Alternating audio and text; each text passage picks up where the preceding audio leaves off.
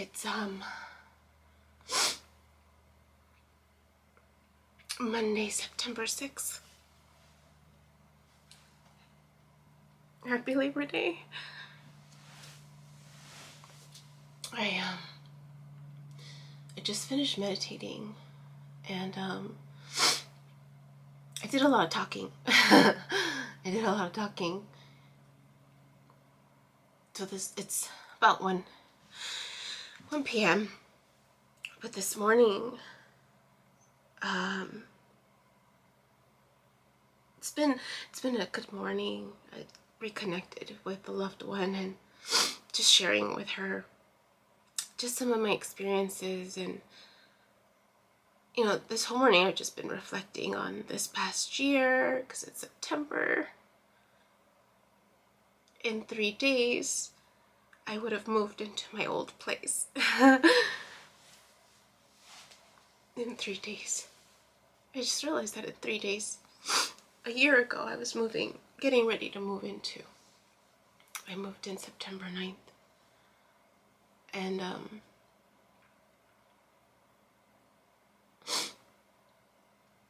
just realizing that I'm here now and just going with the flow. And I reconnected with this loved one this morning and just updating her what's been going on, and she's updating me, and just this nice, it's just this realization of how we all serve a purpose in each other's lives, right? And how just things have been opening up and presenting themselves in a way where you find purpose in that moment for that person, right?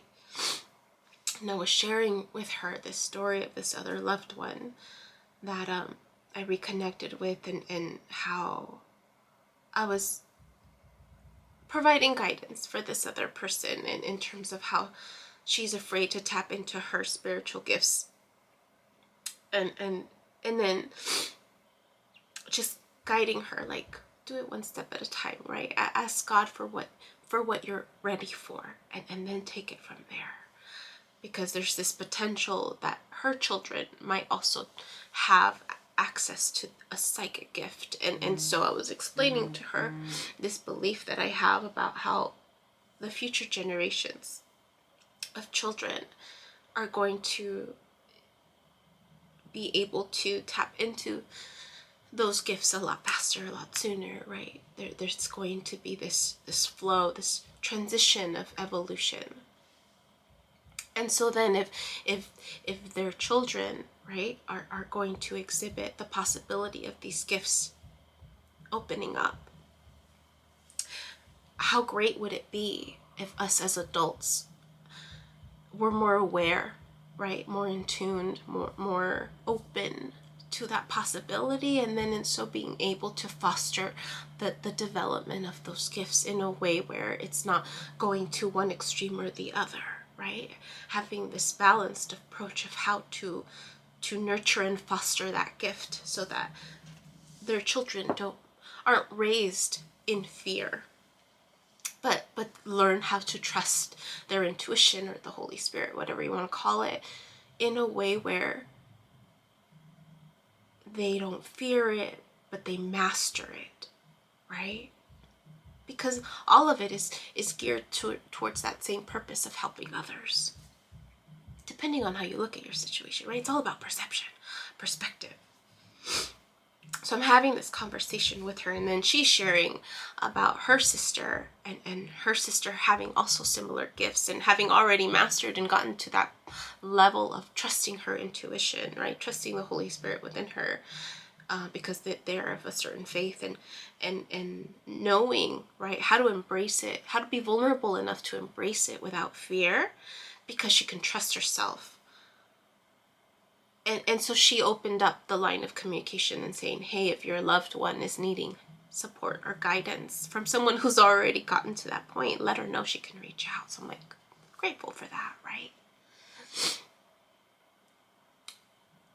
And again, this interconnectedness of how we influence each other. And the funny thing is that we're all of different faiths, right? We're all of different faiths. this loved one that I'm referring to is Catholic. This loved one that I had this conversation with this morning is Mormon. And I'm not Catholic nor Mormon. Somewhere in between. But just being grateful for this experience.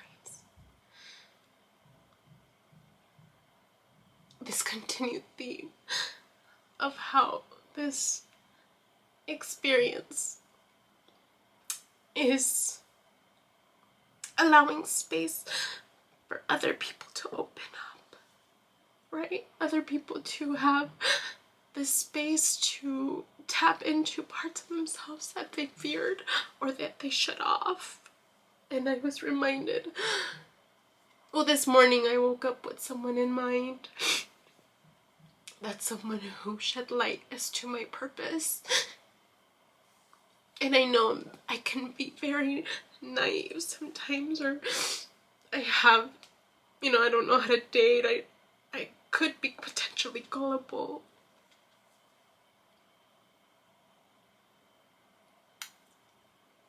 But then thinking about this person who shed light for me, and then realizing I'm like, this person wouldn't lie to me as to what they shared, why they had no reason to lie to me. Right? Because I was just wondering.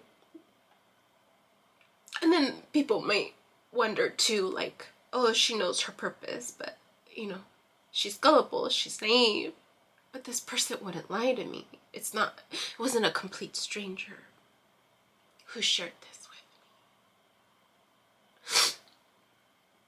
me. And this continued theme of how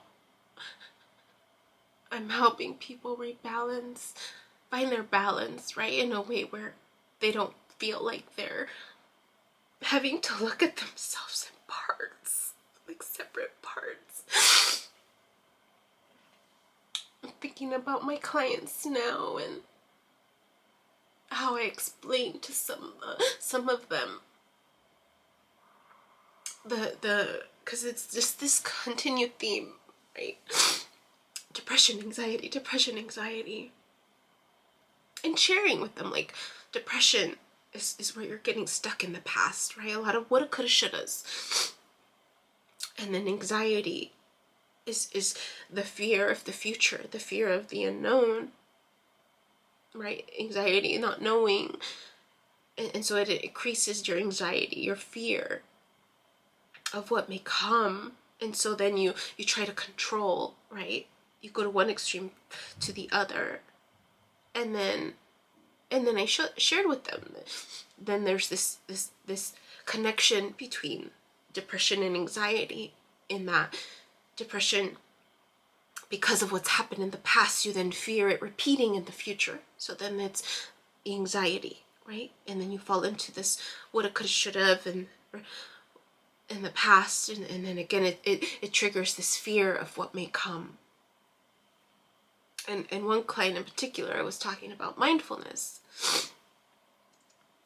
And I recommended the book of this friend of mine, and then he was sharing, my client being skeptical about whether or not mindfulness can really help. And I said, well, mindfulness, all it does is bring you in the middle, right?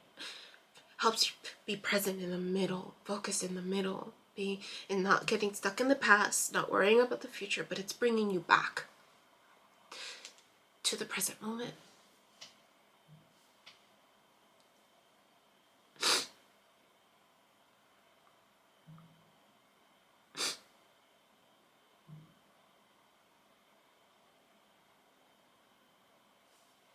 And then remembering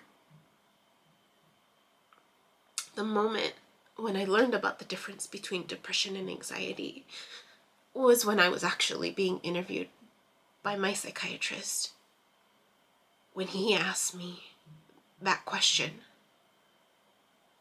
he asked me, what is more overwhelming for you? Depression or anxiety? Like, which one is the, right? In terms of, and I didn't realize it then. Now in retrospect, I know. He was trying to see which one was more overwhelming. And then he was able to explain it a little bit better. And I liked how and I remember just sticking to that. Like, that's a good way of being able to tell the difference between depression and anxiety. And then he said, it's okay. Because like, I didn't know how to answer him. And I was feeling just tormented, trying to find out how to answer that question. And he said, it's okay. It's okay. Sometimes it's both. I said, okay.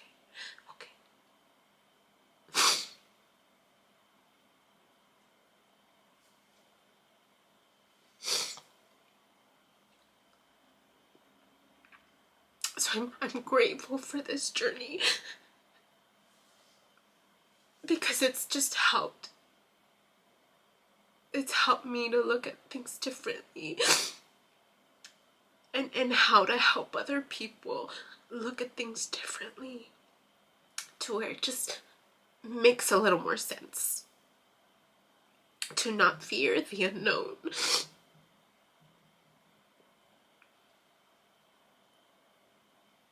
I'm grateful. So I meditated with that in mind, just being grateful for the people and for the experiences and for my purpose, really, for my purpose. And not worrying about what's gonna come next, because I know everything is purposeful. And just going with the flow, right? Anticipating that the best is just around the corner.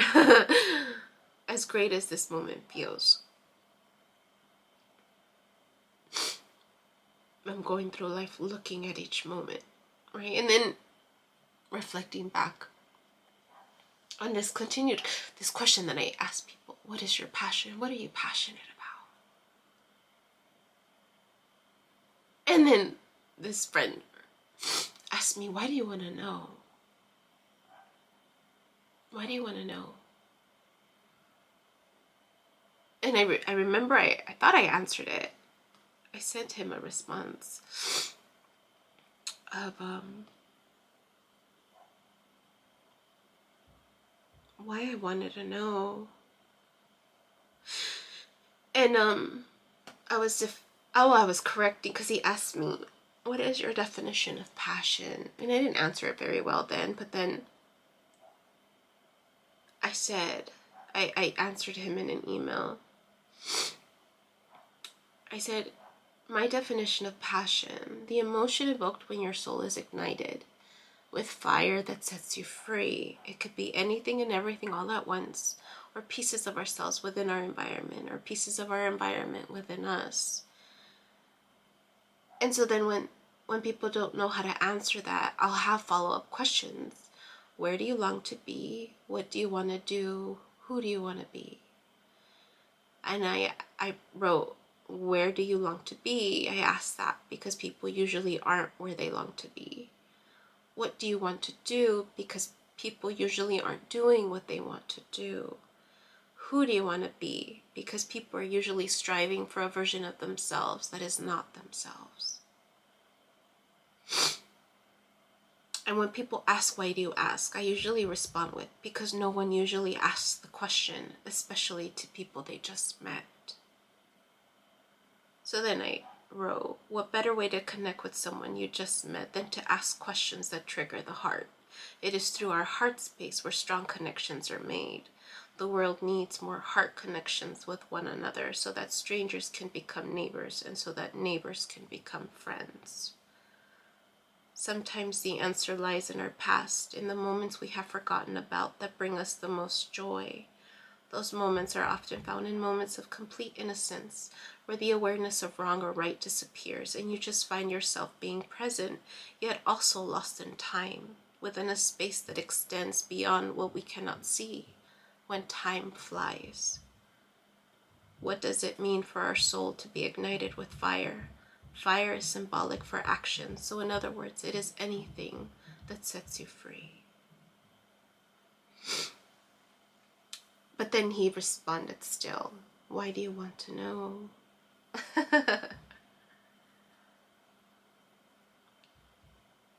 And initially, I think a part of me was just wondering, well, if I get a sense for what brings passion to other people, maybe that'll shed light a little more as to things that I want to do that might bring passion for me, right?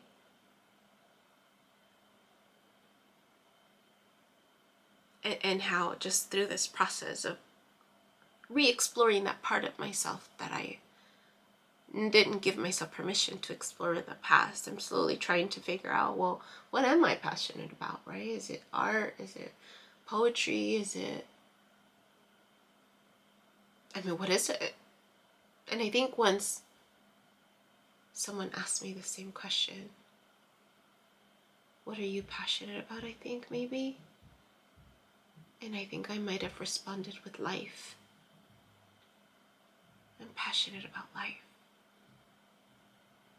And funny, I have a tattoo. And my tattoo says, live life passionately. And I was reflecting on that this morning as I was meditating. And if I'm passionate about life, and life is this moment, then finding joy and passion within the moment, however it unfolds, right? I was thinking about that. And I was thinking about, I can create this moment any way that I want to. I have power. I have power in that I can create this moment for myself to be anything that I want it to be.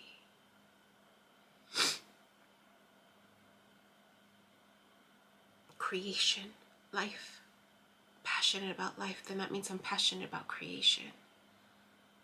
Then this moment I can create it any way that I want. I can bust out my bubbles and blow bubbles. I can put music on and dance. I've decided to quarantine for 2 weeks. Just for the sake of others, really. Even though I know I just have a cold, but I don't want to be contagious. And I've decided to quarantine for the whole 2-week period, just to make sure. Because someone else asked me, have you tested yourself for COVID? I'm like, no, I don't feel like I need to. I know it's just a cold, because I haven't been around any other, like, anybody that I know is positive or at risk. I know it's just a cold. There's nothing been extraordinary. But I'll still quarantine for the 2 weeks just to be sure. So then I thought, okay, well, what am I gonna do for 2 weeks? I don't have TV. I mean, I have TV, but I don't have Netflix. I don't usually watch TV.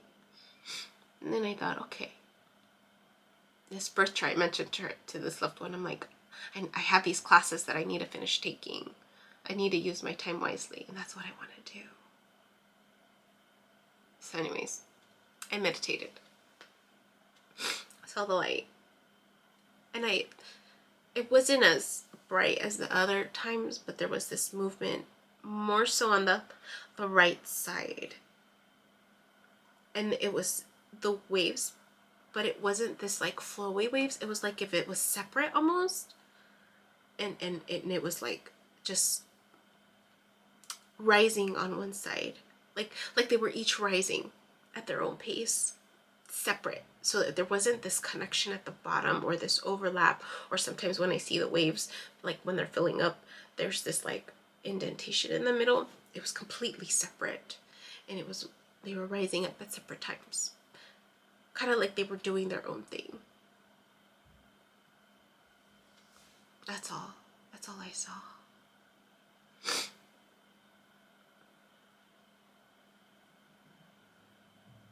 That was all I saw.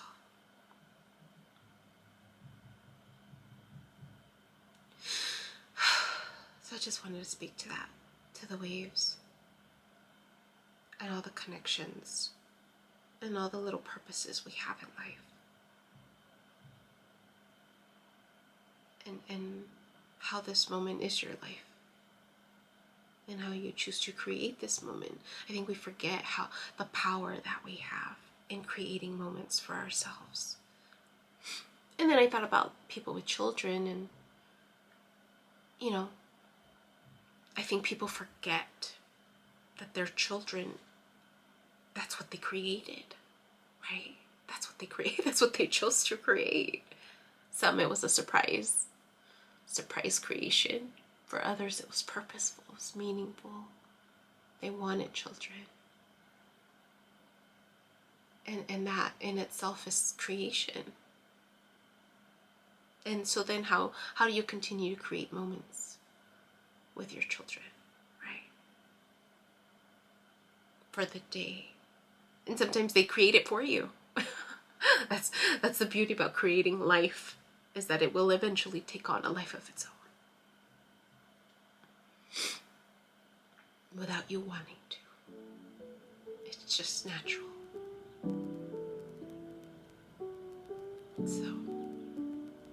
So there's that for today. Also, guys, have a good one. My name is Yubi, and in case you haven't figured it out, this footage is capturing my experience as I learn to navigate my personal spiritual awakening. I am learning that this experience is unique to each one of us. In whatever way we believe we are embracing living our truth, this just happens to be my journey. And despite me having a graduate degree and a license in clinical social work, this by no means is intended to replace any type of mental health advice. This is just me on a personal level, documenting my experience, shedding light on the truth that I am learning and discovering for myself, and really inviting you along for the ride. If by some magical chance you find this content to be helpful in any way, shape, or form, please click the like button, share the message, subscribe to my YouTube channel. I have an Instagram account, a personal one, and one specifically for this channel that you're more than welcome to check out. I'm an open book.